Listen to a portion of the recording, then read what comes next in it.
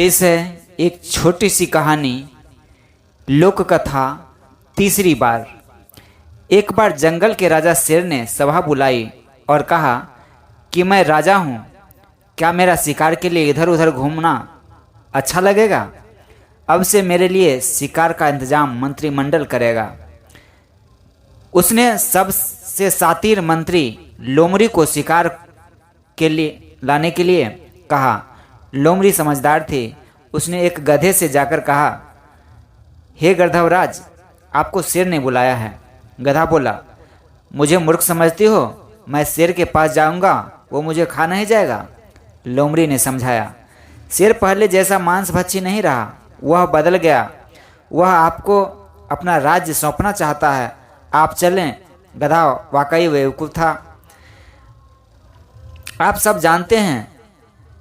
तो वह लोमड़ी के बहकावे में आकर चल पड़ा। जैसे ही शेर के दरबार में पहुंचा, शेर ने झपटा मारा। गधा दुलत्ती मार कर भाग खड़ा हुआ, लेकिन झपट्टे में शेर के हाथ गधे के कान लगा। शेर कान खाकर बोला, कान से मेरा पेट कैसे भरेगा? जाओ जल्दी से शिकार लेकर आओ। लोमड़ी ने फिर गधे को कहने लगे, आप भाग क्यों आए? महाराज, गधा बोला, अरे भागता नहीं तो क्या करता? शेर तो मुझे खाने को तैयार था, मेरा कान उखाड़ लिया। लोमड़ी बोली, रहे न गधे के गधे, अरे कान इसलिए उखाड़े कि कान रहते हुए तुम्हारे सिर पर मुकुट कैसे रखते? चलो राजा, बिना मुकुट अच्छा लगता क्या? अब आप जानते हैं, गधे तो गधे होते हैं।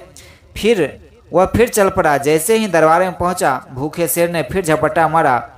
गधा फिर भागा, लेकिन भागते गधे की पूंछ शेर के मुंह में आ गई थी। लोमड़ी तीसरी बार गधे के पास की बोली, शेरे, तुम तो अहमक हो, भाग क्यों आए? गधा बोला, अरे पहली बार कान, दूसरी बार पूंछ। शेर तो मुझे खाने की जुगत में था, नहीं तो मेरी पूंछ क्यों उखाड़ता? लोमड़ी मुंह बनाकर बोली, सच में ही दुनिया तुम्हें गधा कहती है, क्योंकि तुम हो ही मूर्ख भले आदमी। पूछ के रहते तुम सिंहासन पर कैसे बैठते? तुम्हारा कान उखाड़ा तुम्हारी टोपी पहनाने के लिए, दूसरी बार तुम्हारी पूछ ताकि तुम्हें सिंहासन पर बैठने में दिक्कत न हो। चलो, शेर तुम्हें वाकई राजा बनाएगा। गधा फिर जा पहुंचा।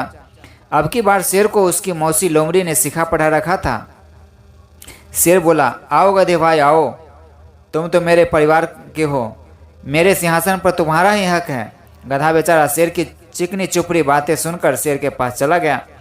शेर ने लार लड़ाने के खातिर पहले उसके चेहरे पर हाथ फेरा, फिर गर्दन पकड़कर उसे मार डाला। तो मित्रों, आपने देख लिया कि तीसरी बार गधे को क्या हाल हुआ। बेताल ने कहानी सुनाकर पूछा, राजन, इस कहानी से तुम क्या समझे?